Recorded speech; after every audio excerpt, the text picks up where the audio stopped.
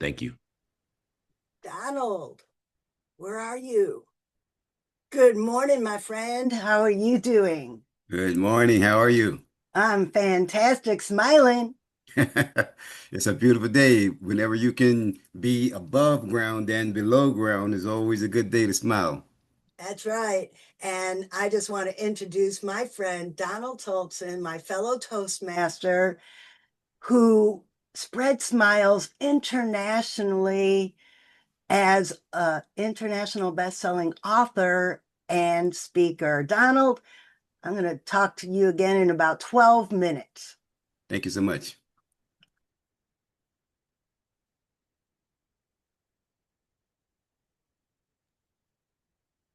You turned off your camera, Donald. Absolutely. Thank you so much. It looks like the last speaker is still sharing his screen.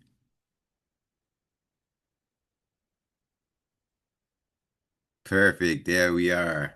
Good morning, everyone. My name is Dr. Donald D. Toastson Sr. It is always great to be here. I'm here this morning to share a few insights. Francine and I, she's the host right now.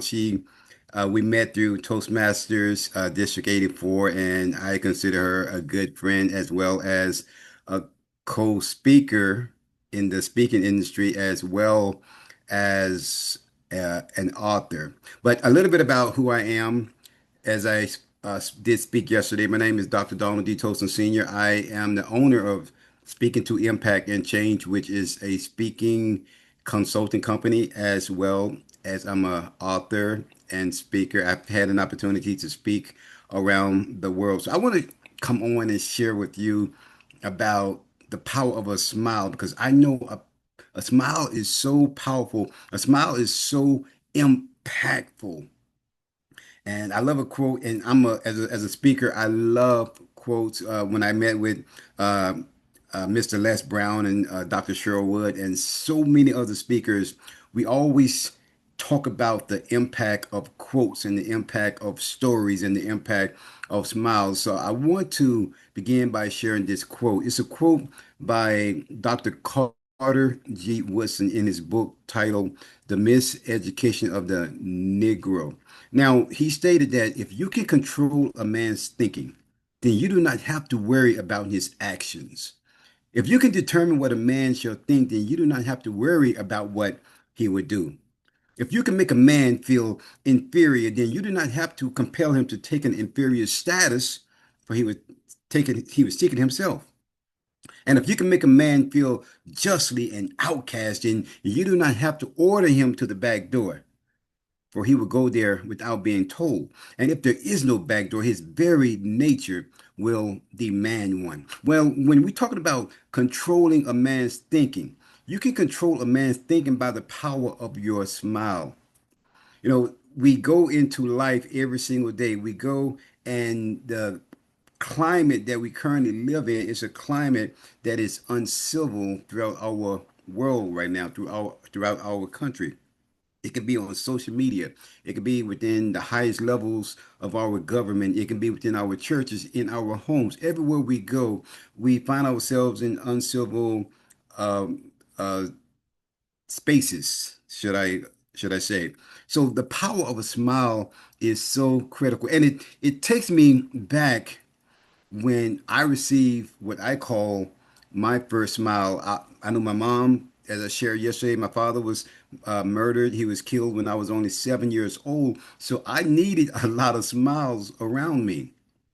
So on this particular day, my smile, it came from my teacher. I was in the third grade, and on this certain day, our teacher, she asked, and also this is the first time that I had an encounter with public speaking. My teacher, her name was Mrs. Brown, and on this particular day, she assigned the class to stand up in front of the room and to give a presentation on the current book that we were reading.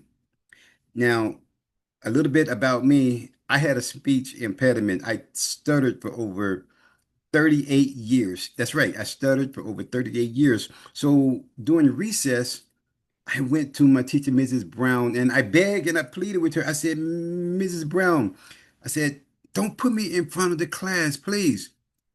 She looked at me and she said, "Why not?" I said, be, because I stutter. And I was so embarrassed because I stuttered because I knew, sometimes children, even though they smile, they can be a little uh, critical toward their peers. And I said, well, the class is going to laugh at me. She said, nonsense. You're going to do great.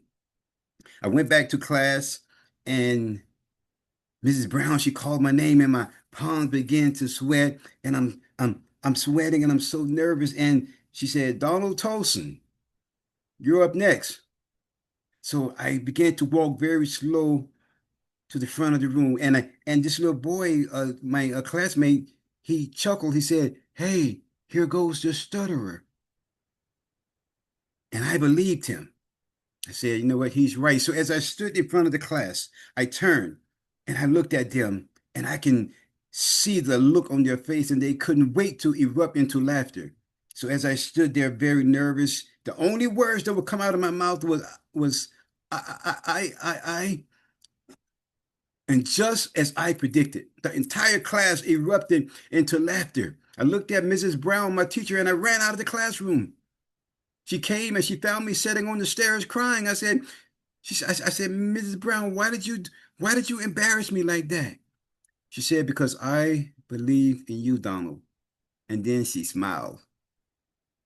Now I had a choice at that time. I could believe the young man who said, "Hey, here goes the stutterer," and I did that for 38 years. But also, I reflect back on the smile that Mrs. Brown gave me, and she said, "You will do great." That's the power of a smile. When we begin to look into people and we find the goodness, regardless of what situation, what climate that we find ourselves in, if we look at the power of the smile and if we use the impact and the power of the smile, then it will change the world.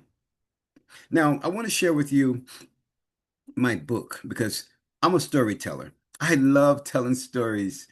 It, you know, over in Africa, for many, many centuries ago, there was within the kingdom of Africa, yes, there was the king and the queen of the village, right? But there was also someone in the village that was called the griot and the jollies. And what their job in the village was to keep a history account of the history of the village. Now, their job, they would take the little to the oldest children in the village and they would set them down there at their feet and then they would begin to tell them about the history of the village. So as I began to grow and begin to learn about my roots in Africa, I learned that in my own family, within my own bloodline, my grandfather is a storyteller. He have shared so many stories about my father and my mother and their upbringing.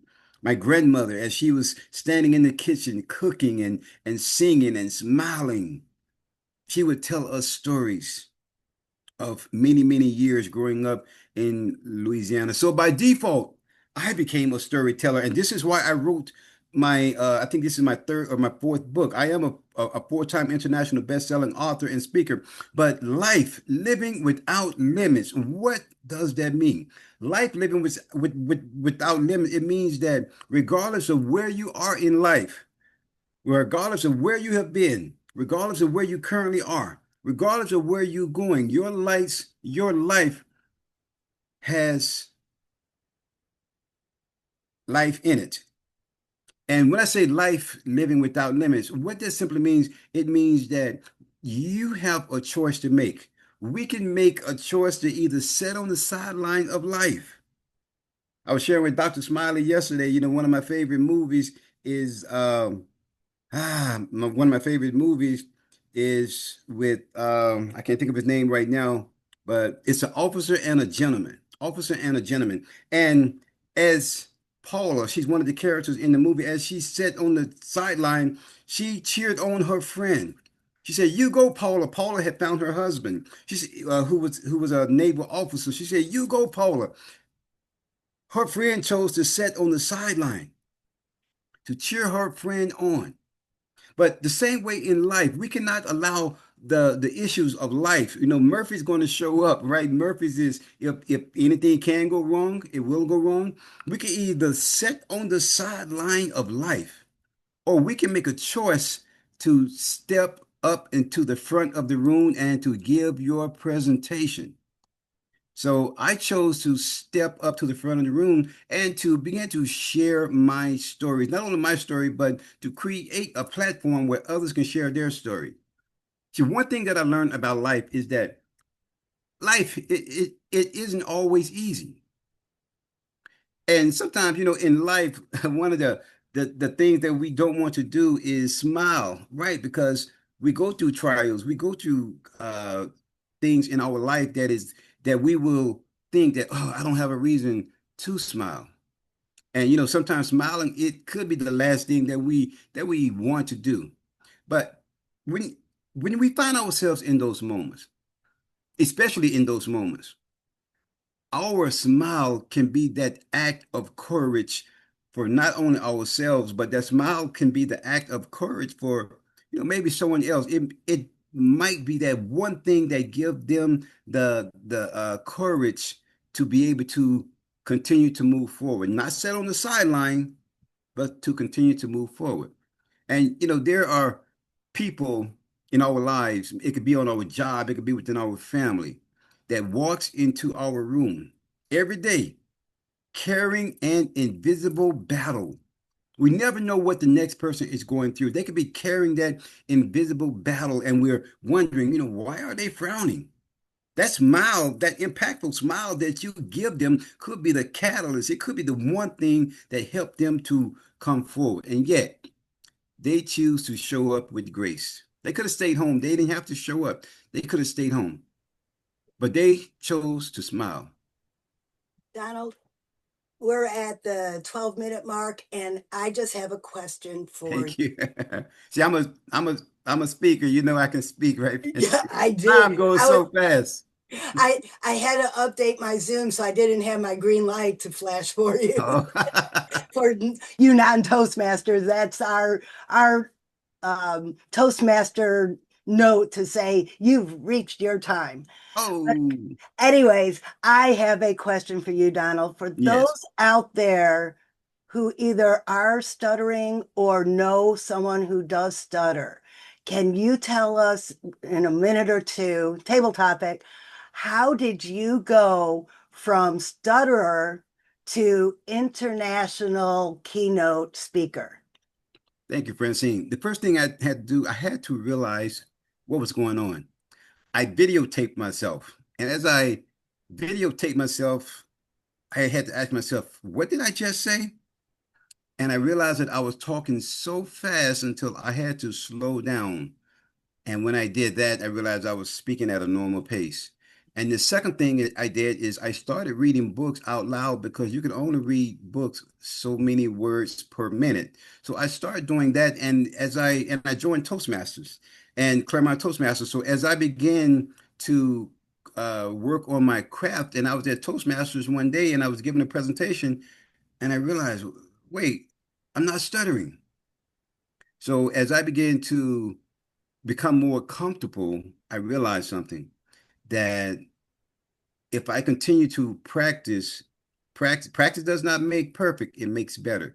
And as I began to practice more, I realized that my stuttering was gone and I began to speak on more stages. That's amazing. And I've heard this story from so many other people who stuttered, joined Toastmasters, and stopped. It's an amazing program. Now, how can people, you have 1 minute left. How can people find your books? How can they find you? Thank you so much. You can go to my website at www.donaldtolson, TOLDSON.com. That's donaldtolson.com, and you will find all my books there. But Francine, I want to say this within my 1 minute is that your smile is a gift to yourself and the world. So I want you to continue to smile. And Francine, you have a beautiful smile. Thank you, Dr. Smiley. I call him Dr. Smiley. Thank you so much. And it has been a pleasure being a part of this platform. Thank you so Well, much. I'm glad you call me Dr. Smiley because that's my name. That's my moniker. I got to fix it. I got to fix it in there. But I wanted to come on here and just say to both of you, you've opened up the eyes to so many people how powerful Toastmasters is. And I'm wearing a shirt for both of you because of you inspired me to wear the shirt. You ready? Yes. You guys are both hope. Ah, hope dealer. I love that. So Hey, thank you very much. go out there and live life without limits.